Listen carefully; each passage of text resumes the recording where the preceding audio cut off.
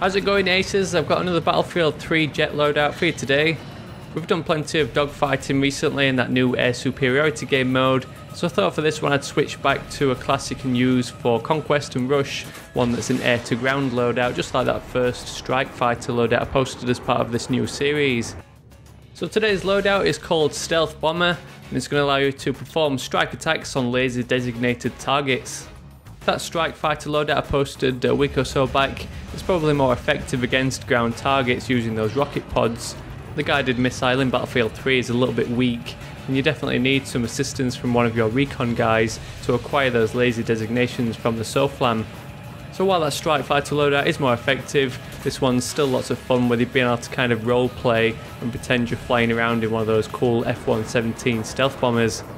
I've listed the difficulty for this one as rookie because we are using guided missiles, so all you have to do is just hold your jet on target until you get that lock on and just fire and forget. So the whole theme of this stealth bomber setup is it's an air to ground jet loadout to eliminate enemy vehicles, and whereas in that strike fighter loadout we'd both perform ground attacks as well as engage into dogfights, with the stealth bomber loadout we're just going to cruise at a maximum altitude and just await those target designations from our recon ground troops. Because we're role playing with this loadout, we're not going to engage into those dogfights, so cruising at maximum altitude is going to be the best way to stay out of trouble.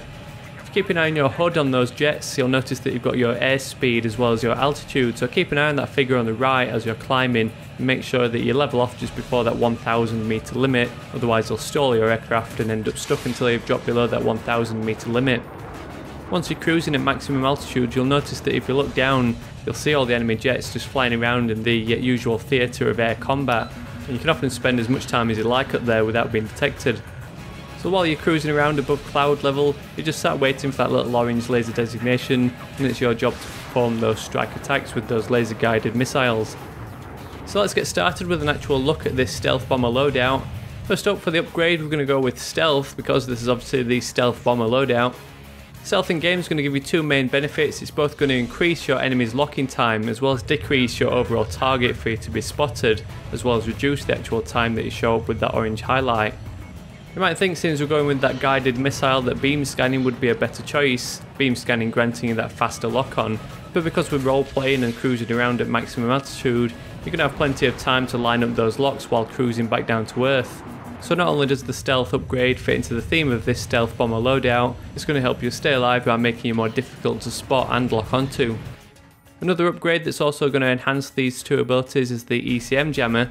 This thing's also going to add to your stealth abilities by being able to dip off the radar when performing those dive attacks. Plus it's going to help you stay alive by preventing enemy locks from either enemy jets or anyone on the ground trying to blow you out of the sky. Then finally, the stealth bomber class wouldn't be complete without that guided missile. Like I mentioned, it's not half as effective as those rocket pods, but being able to track your targets through that thermal camera just makes it more realistic and more true to real life. So in order to put this class to use in game, you'll first need to get hold of some buddies to run the recon kit with the SOFLAM. Going solo with this setup simply doesn't work, you can quite easily get lock after lock and not manage a single disable or kill.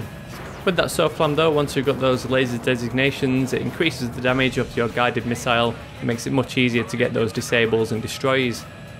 So as soon as you take off from base, make your way up as high as possible to that 1,000 metre altitude cap where you'll be flying around in the clouds, and make slow circles around the map until your teammates have laser designated that airstrike position.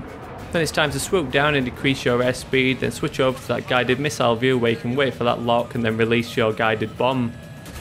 So get a couple of teammates together and have some fun with this loadout.